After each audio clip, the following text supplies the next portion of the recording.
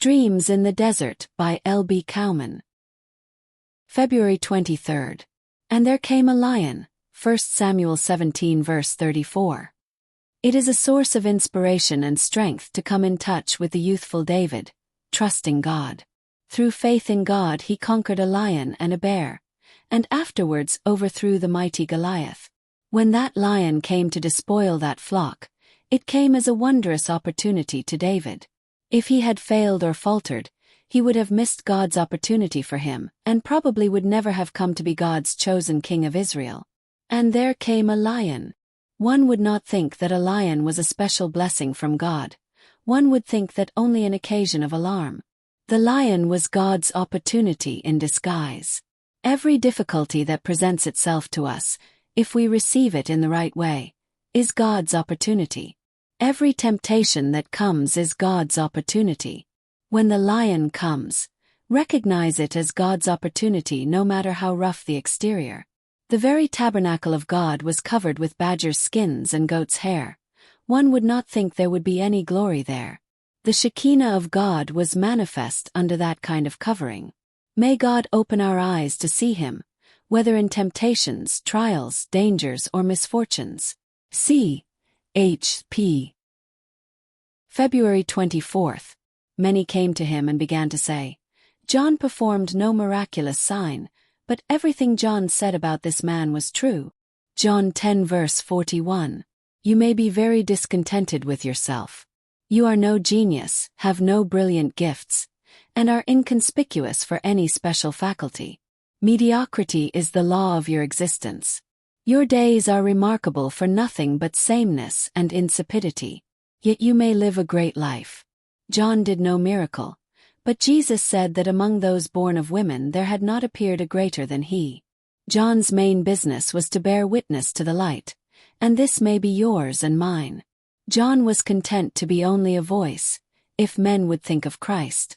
Be willing to be only a voice, heard but not seen, a mirror whose surface is lost to view, because it reflects the dazzling glory of the sun, a breeze that springs up just before daylight and says, the dawn, and then dies away. Do the commonest and smallest things as beneath his eye. If you must live with uncongenial people, set to their conquest by love. If you have made a great mistake in your life, do not let it becloud all of it, but, locking the secret in your breast, compel it to yield strength and sweetness. We are doing more good than we know, sowing seeds, starting streamlets, giving men true thoughts of Christ, to which they will refer one day as the first things that started them thinking of Him. And of my part, I shall be satisfied if no great mausoleum is raised over my grave, but that simple souls shall gather there when I am gone and say, He was a good man. He wrought no miracles, but he spake words about Christ, which led me to know Him for myself. George Matheson. Thy hidden ones. Psalms 83 verse 3. Thick green leaves from the soft brown earth. Happy springtime hath called them forth. First faint promise of summer bloom. Breathes from the fragrant sweet perfume. Under the leaves. Lift them. What marvelous beauty lies hidden beneath from our thoughtless eyes. Mayflowers rosy or purest white. Lift their cups to the sudden light. Under the leaves. Are there no lives whose holy deeds, seen by no eye save his who reads, motive and action in silence grow, into rare beauty and bud and blow? Under the leaves. Fair white flowers of faith and trust, springing from spirits bruised and crushed. Blossoms of love, rose-tinted and bright, touched and painted with heaven's own light. Under the leaves. Full fresh clusters of duty born, fairest of all in that shadow grown.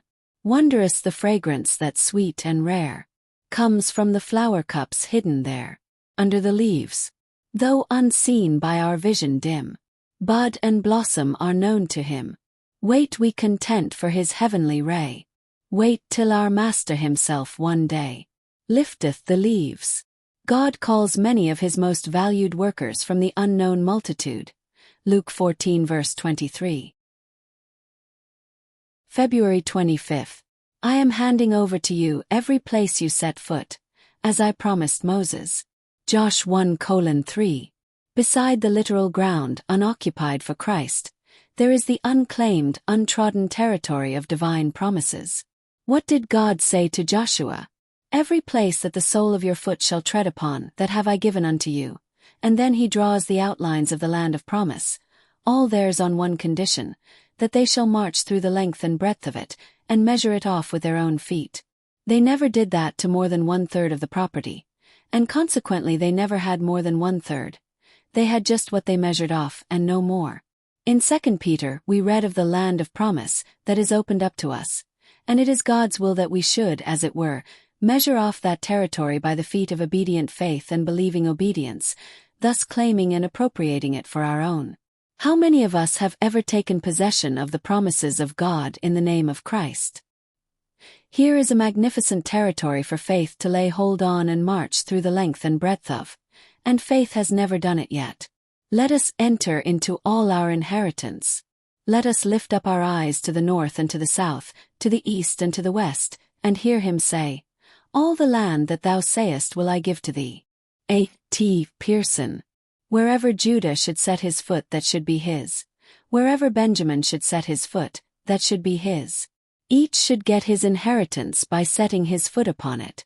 Now, think you not, when either had set his foot upon a given territory, he did not instantly and instinctively feel, "This is mine"? An old colored man who had a marvelous experience in grace was asked, "Daniel, why is it that you have so much peace and joy in religion?" "Oh, Massa," he replied, "I just fall flat on the exceeding great and precious promises, and I have all that is in them. Glory, glory." He who falls flat on the promises feels that all the riches embraced in them are his. Faith Papers. The Marquis of Salisbury was criticized for his colonial policies and replied, "Gentlemen, get larger maps." February 26. But he said to me, "My grace is enough for you, for my power is made perfect in weakness. So then, I will boast most gladly about my weaknesses, so that the power of Christ may reside in me." 2 Corinthians 12 verse 9. The other evening I was riding home after a heavy day's work. I felt very wearied and sore depressed when swiftly and suddenly as a lightning flash, that text came to me, "My grace is sufficient for thee." I reached home and looked it up in the original, and at last it came to me in this way, "My grace is sufficient for thee," and I said, "I should think it is, Lord," and burst out laughing. I never fully understood what the holy laughter of Abraham was until then. It seemed to make unbelief so absurd. It was as though some little fish, being very thirsty, was troubled about drinking the river dry, and Father Thames said, "Drink away, little fish, my stream is sufficient for thee." Or it seemed after the 7 years of plenty, a mouse feared it might die of famine, and Joseph might say, "Cheer up, little mouse, my granaries are sufficient for thee." Again, I imagined a man away up yonder in a lofty mountain saying to himself, "I breathe so many cubic feet of air every year, I fear I shall exhaust the oxygen in the atmosphere." But the earth might say, "Breathe away, O man, and fill the lungs ever, my atmosphere is sufficient for thee." O brethren, be great believers. Little faith will bring your souls to heaven, but great faith will bring heaven to your souls. C.H. Spurgeon. His grace is great enough to meet the great things. The crashing waves that overwhelm the soul. The roaring winds that leave us stunned and breathless. The sudden storm beyond our life's control. His grace is great enough to meet the small things. The little pin-prick troubles that annoy. The insect worries, buzzing and persistent. The squeaking wheels that grate upon our joy. Annie Johnson Flint. There is always a large balance to our credit in the bank of heaven waiting for our exercise of faith in drawing it. Draw heavily upon his resources. February 27th. And Jacob was left alone, and there wrestled a man with him until the breaking of the day. Genesis 32 verse 24. Left alone. What different sensations those words conjure up to each of us. To some they spell loneliness and desolation, to others rest and quiet. To be left alone without God would be too awful for words, but to be left alone with him is a foretaste of heaven. If his followers spent more time alone with him, We should have spiritual giants again. The Master set us an example. Note how often he went to be alone with God, and he had a mighty purpose behind the command. When thou prayest, enter into thy closet, and when thou hast shut thy door, pray. The greatest miracles of Elijah and Elisha took place when they were alone with God. It was alone with God that Jacob became a prince, and just there that we too may become princes. Men, aye, and women too. Wondered at, Zechariah 3 verse 8. Joshua was alone when the Lord came to him. Josh 1:1. Gideon and Jephthah were by themselves when commissioned to save Israel. Judges 6 verse 11 and 11:29. Moses was by himself at the wilderness bush. Exodus 3 verses 1-5. Cornelius was praying by himself when the angel came to him. Acts 10 verse 2. No one was with Peter on the housetop when he was instructed to go to the Gentiles. Acts 10 verse 9. John the Baptist was alone in the wilderness. Luke 1 verse 90. And John the Beloved alone in Patmos when nearest God. Revelation 1 verse 9. Covet to get alone with God. If we neglect it, we not only rob ourselves but others too of blessing, since when we are blessed we are able to pass on blessing to others. It may mean less outside work. It must mean more depth and power, and the consequence too will be, they saw no man save Jesus only. To be alone with God in prayer cannot be overemphasized. If chosen men had never been alone, in deepest silence open-doored to God, no greatness ever had been dreamed or done. February 28.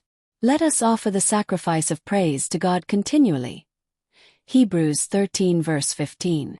A city missionary, stumbling through the dirt of a dark entry, heard a voice say, "Who's there, honey?" Striking a match, he caught a vision of earthly want and suffering, of saintly trust and peace. Cut in ebony, calm, appealing eyes set amid the wrinkles of a pinched black face that lay on a tattered bed. It was a bitter night in February, and she had no fire, no fuel, no light. She had had no supper, no dinner, no breakfast. She seemed to have nothing at all but rheumatism and faith in God. One could not well be more completely exiled from all pleasantness of circumstances. Yet the favorite song of this old creature ran, "Nobody knows the trouble I see. Nobody knows but Jesus. Nobody knows the trouble I see. Sing glory hallelujah. Sometimes I'm up, sometimes I'm down. Sometimes I'm level on the ground. Sometimes the glory shines around. Sing glory hallelujah." And so it went on. Nobody knows the work I does, nobody knows the griefs I has. The constant refrain being the glory hallelujah, until the last verse rose. Nobody knows the joys I has. Nobody knows but Jesus. Troubled on every side yet not distressed, perplexed but not in despair, persecuted but not forsaken, cast down but not destroyed. It takes great Bible words to tell the cheer of that old Negro auntie. Remember Luther on his sick bed. Between his groans he managed to preach on this wise. These pains and trouble here are like the type which the printers set. As they look now, we have to read them backwards, and they seem to have no sense or meaning in them. But up yonder, when the Lord God prints us off in the life to come, we shall find they make brave reading.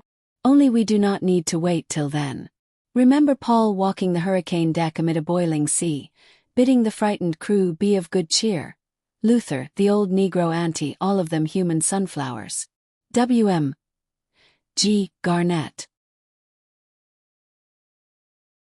February 29th. I will make all my mountains a way. Isaiah 49 verse 11. God will make obstacles serve his purpose. We all have mountains in our lives. There are people and things that threaten to bar our progress in the divine life. Those heavy claims, that uncongenial occupation, that thorn in the flesh, that daily cross. We think that if only these were removed we might live purer, tenderer, holier lives, and often we pray for their removal. Oh, fools and slow of heart! These are the very conditions of achievement. They have been put into our lives as the means to the very graces and virtues for which we have been praying so long. Thou hast prayed for patience through long years, but there is something that tries thee beyond endurance. Thou hast fled from it, evaded it, accounted it an unsurmountable obstacle to the desired attainment, and supposed that its removal would secure thy immediate deliverance and victory. Not so. Thou wouldest gain only the cessation of temptations to impatience. But this would not be patience. Patience can be acquired only through just such trials as now seem unbearable. Go back, submit thyself. Claim to be a partaker in the patience of Jesus. Meet thy trials in him. There is nothing in life which harasses and annoys that may not become subservient to the highest ends. They are his mountains. He puts them there. We know that God will not fail to keep his promise. God understandeth the way thereof and knoweth the place thereof. For he looketh to the ends of the earth, and seeth under the whole heaven. And when we come to the foot of the mountains, we shall find the way. Christ in Isaiah by Meyer. The meaning of trials is not only to test worthiness, but to increase it, as the oak is not only tested by the storms, but toughened by them.